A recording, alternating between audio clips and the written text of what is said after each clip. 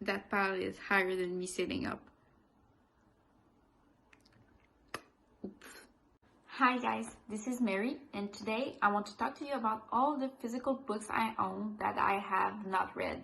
I have to say that in the last year, in 2020, I haven't been able to go buy as much books as I usually do. I didn't have the chance to go in bookstores since they were closed. So I really utilized my library this year. But I still have some books to read, both in physical form and on ebook. So I'll just go quickly through everything I own that I could read in the following months. Let me know down below which ones are the ones that you think I should tackle first. And without further ado, let's go right into it. So I divided my pile of shames in categories, in genre. So the first genre I'll be talking about is the fantasy genre. So I own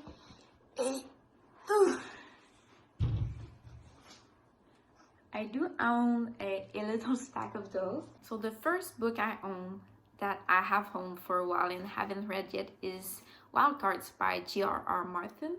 I think this is a sci-fi story, and I don't know much more about it because I like to go into it pretty blind. And I know it's a series that has already a lot of volume out, so if I decide to go into it, I have a while to catch up. So that seems like such a great story. It says that I'm not feeling like reading it right at the moment because in the synopsis it talks about a virus and a pandemic, so I'm not right now, but eventually I'd love to read it. The next sci-fi series I own both books, but I haven't read any of those yet, are the Children of Time books. So I have Children of Time and Children of Room. I own those books since the second one came out, and I haven't read those yet. I had all the intention to read the first one. I tabbed it. I know it's a sci-fi, and I know that the threat that humanity is facing are giant kind of spiders. So that seems terrifying. I don't know much more, and I would like to keep it that way. But yeah, I own those books and I could read them eventually. The next book I want to talk about is A Darker Shade of Magic. So I've owned that book since, my god, I think I bought that like 5 years ago and still haven't read it. V. Schwab is so like on booktube, and I don't know if this is the right place to start with our books, but I could do it very soon since I own A Darker Shade of Magic. And if you don't know what this is about, the kind of synopsis I have is that it's about a world where there's different dimensions and different types of Londons. In some there's magic, and other there's none, and we're following characters going through it. And it seems super fascinating, and I own the first book, so I should give it a try soon. The next trilogy I own is by Sylvain Neuvel, and it is the Temesval series. So I own books 1 through 3, the whole series. I read The Test by him, which is a short story, and I really liked it. So I decided to buy his other series with all the good intentions to read it immediately, but I didn't. So this series about a girl that one day finds a big giant robot and the mystery surrounding the robot. I don't want to know more as usual, so yeah, I think it will be a lot of fun and I could easily binge it all. The next book I owned it for quite a while now. I own To Light the Lightning by Ada Palmer. Yeah, so I'll read you a bit of the synopsis. Mycroft Calner is a convict. For his crimes, he is required, as is the custom of the 25th century, to wander the world being useful to all he meets. Carlyle Foster is a senseier, a spiritual counselor in a world that has outlawed the public practice of religion, but which also knows that the inner lives of humans cannot be wished away. Yeah, so it seems intriguing. Let me know if you've read this. The next book I own that I haven't read yet is also a big sci-fi classic, and it is Dune by Frank Herbert. I want to read this before the movie comes out. I bought it this fall and I had all the intention to read it before the movie came out, and it was supposed to come out like in November, but since it's been pushed back to later, I think this year in 2021, I haven't picked it up yet, but I want to read it before the movie comes out. In this sci-fi story, we're following Paul, and he has to navigate political intrigues in a world where spices have a lot of value. Yeah, this seems like a lot of fun, quite long. As you can see, I did start it. I'm 100 pages into it, but I haven't finished it yet.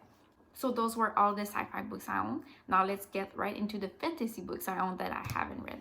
The first two fantasy books that I own that I want to show you are by the same author, and he is so well beloved.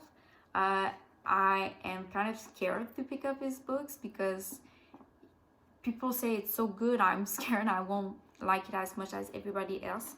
I don't think I ever saw someone say that those books aren't good. And those are the Brenda Sanderson's book. The first one I own is Warbreaker, which is, for now, I think it's a standalone. So that's why I bought it. I thought it would be a good way to start reading his books since I'm not committing to a 10-volume series. And the other one is a bit more scary to get into, I think. One is Way of Kings, and this one is... It's the most perfect paperback I own, I have to say. And I am so scared to read this because it's humongous, and so far there's 4 volumes out in this series and they're all as humongous. Yeah, it seems like it would be great. Epic fantasy stories. The next series I own, I feel like I should read pretty soon, at least the first volume, and I own the entire Nevernight trilogy by J. Kristoff. Last year I read Aurora Burning and I really liked it. I thought it was fun, and since I like this one, I thought why not read other books by the author duo. So starting by J. Kristoff, I want to read the Nevernight trilogy. I found those pretty cheap online on book outlets and decided to buy them all. So I own those. Haven't read the first one yet, but hey, I'll be able to binge the whole trilogy, so that's what's nice. And I think I'm going to like it, but because from what I know, it's about Mia, who wants to get revenge for the death of her family. And one of my favorite books is The Count of Monte Cristo, which is, I think, the OG epic revenge story. So I think that there's probably a lot of chance that I will like it. The next book I have started and I'm currently reading it, but it's still not finished. I'm halfway through. And it's The Priory of the Orange Tree by Samantha Shannon. And I think that this is the most gorgeous book I own. Look at that cover, though. It's shiny. It's so pretty. So that I can give kind of a synopsis to because I'm halfway through. It's a fantasy story and it's a standalone. And it's about that cast of characters that are going through this upcoming war. And there are kind of two sides to this story. Both sides think that they're right. So that's what makes it interesting. I'm halfway through it and I don't know who's the good guy and who's the bad guy, which makes it kind of fun. So yeah, I'll be able to tell you more once I'm done. But yeah, I own that book and it's not finished yet. The next book I own that is not completed is We Hunt the Flames. And this is going to be a duology. The second book is about to come out, or it's out now. It gave me Mulan vibes. You know, the main female character is hiding as a male and being a badass. So I have to pick that up. I think also it's a beautiful cover. Look at that. It's shiny. Yeah, and I hope to read it, and if I like it, well, the other book is almost out, so I'll be able to finish the trilogy. After that, I have Shadow and Bones by Leigh Bardugo. I'm kind of scared to pick up this book because I know that this trilogy has gotten pretty mixed up reviews. Some people love it, some people hate it. I kind of know very little, just from things going around on the internet. I'd say I mainly know that it's about Alana. And I know that there's a character that everybody loves that's called a Darkling. And I know that she has a best friend called Sao, I think. Yeah, and I know it's a fantasy which is inspired by Russian mythology. I'm going to show you the oldest book I haven't read that I own, and it's The Way of Shadows by Brent Weeks, and as you can see, I've owned it for so long that I bought it in French. Yeah, so I did start that book. I got a little way into it, and I don't know why I never finished it, but I'm still interested in it. And I know that Brent Weeks has an other series, which is the I'm going to put the picture here, but that series is getting so much hype, and I'd love to get into that one too soon. But since I own that one, I thought, why not read it? I don't know if it's a trilogy or a duology, but I own the first book. Yeah, and I think it's about like that assassin that's picking up Azot, which is a guy that's trying to survive. He's pretty young, and he has a pretty rough upbringing. And the assassin is going to take him in and teach him the Way of Shadows, teach him how to be an assassin. Then I own 2 Witcher books that I haven't read. I haven't read Baptism of Fire, and I haven't read The Time of Content. I've read Blood of Elves and The Last Witch last year, and yeah, I own the two following books in that series, so I'll be picking them up eventually. The next 2 books I own are recent purchases. I've bought The Empress of Salt and Fortune, and I've bought The Sword of Kagan. So those are 2 recent buys. As well as I don't have it yet, but I ordered it, and it's Jade War. So I bought that book because of Instagram. I saw the cover and thought it was so pretty. I'm totally guilty of it. It's 118 pages long, so since it's so short, I know nothing about it, but I will read it and let you know what it's about. After that, I own Sword of Kagan, and that book too officially made me buy it. I saw a couple of people talking about it and how it's a standalone and how it's fantastic. So those are some reasons why I buy it. And also it's by an indie author, so let's support our indie authors if we can. I think it's about a character named Mamoru, which is trying to learn the sword techniques of his family, and his whole purpose is to defend his kingdom. And if I'm not wrong, it's fantasy. I have another kind of fantasy books that I haven't read but that I have bought, and it's The Third, which is an Avatar comic book. I haven't read this one yet. I read The Promise and really liked it, and now I'm up to this one. It's about that world where there are 4 nations: the Fire Nation, the Air Nation, the Water Nation, and the Earth Nation. And each nation has benders who can use the elements to their will.